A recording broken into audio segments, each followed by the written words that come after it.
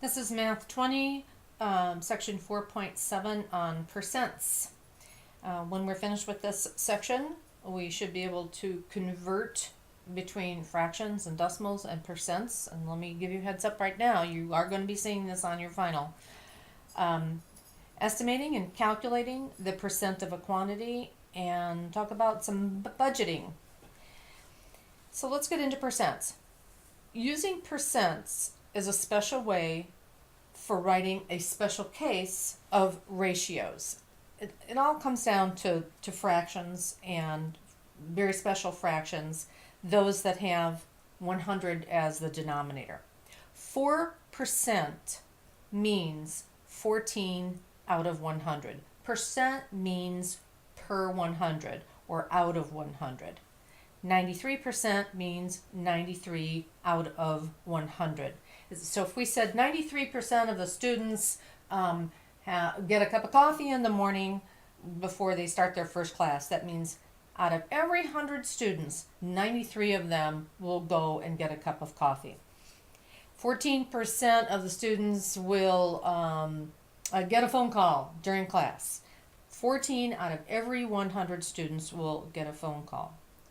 28% is the same as 28 per 100. It's all in relation to the number 100.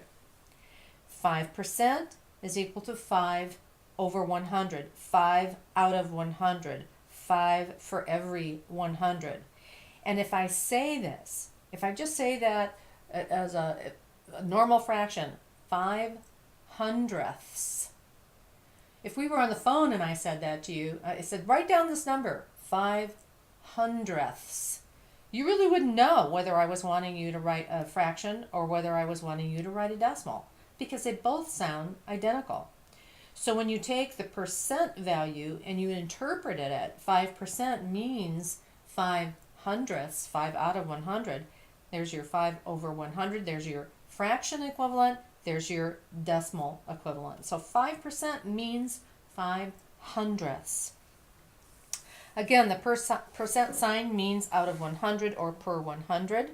And your book represents the percent this way. N% is the ratio of n to 100. And you can see there's the fraction part, and they have it split up then into a multiplication problem. I'm not a real big fan of that, but that's okay. Different ways of looking at things is healthy for us. But the important thing that I want you to get out of this is to take the percent, put it over 100, or express it as that number times 100th. And this will get a little bit clearer to you as we do some examples. The first part that we're going to talk about here is converting percents to decimals and decimals to percents. There's lots of shortcuts on these things, and I really am a big fan of shortcuts, but I'm a bigger fan of you understanding why things can happen the way they do.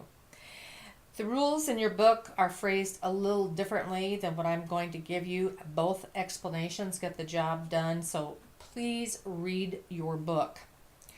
When we want to change percents to decimals, remember when you're doing this that when no decimal point is shown, there really is one. It's just all the way on the right side. So if we just had the number 5 and we wanted to change that, just know that when it starts off, the number 5 has a decimal point on the right side. When changing from a percent to a decimal, n%, we'll start with n%, a generic form. You're going to drop the percent sign that comes off, find the decimal point on that number, and move it 2 places to the left. 2 places to the left. So here we start out with 16%. And the job is change this to its decimal equivalent. Now remember, 16% means 16 out of 100. 16 hundredths. But the shortcut way of doing this is just to take off the percent sign, and the decimal point is right here on here.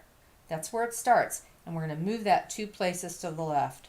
So the decimal equivalent to 16% is 0.16. 16 hundredths.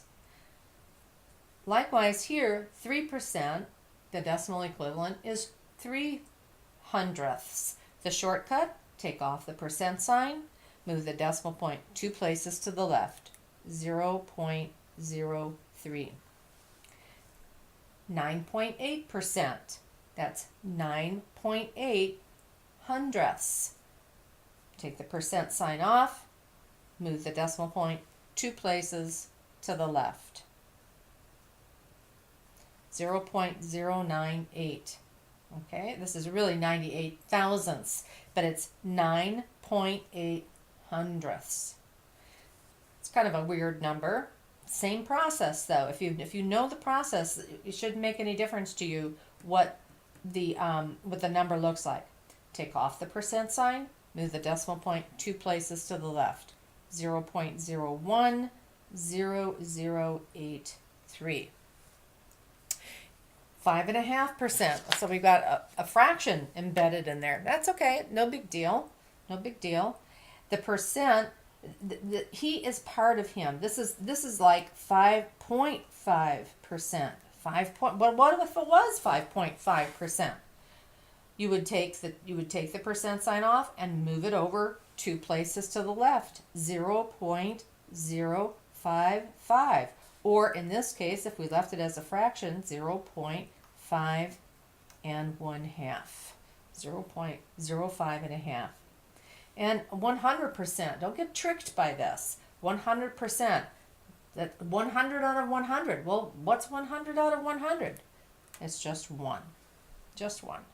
So here are several examples on how you can go from a number given in percent notation over to a number given in decimal notation. So when you want to do the reverse, when you want to change decimals to percents, you're going to do just the opposite. You're going to be putting on a percent sign and moving the decimal place 2 places to the right. So on 4.6, if I have to move it 2 places to the right, I'm going to have to add a 0 here. I ran out of numbers.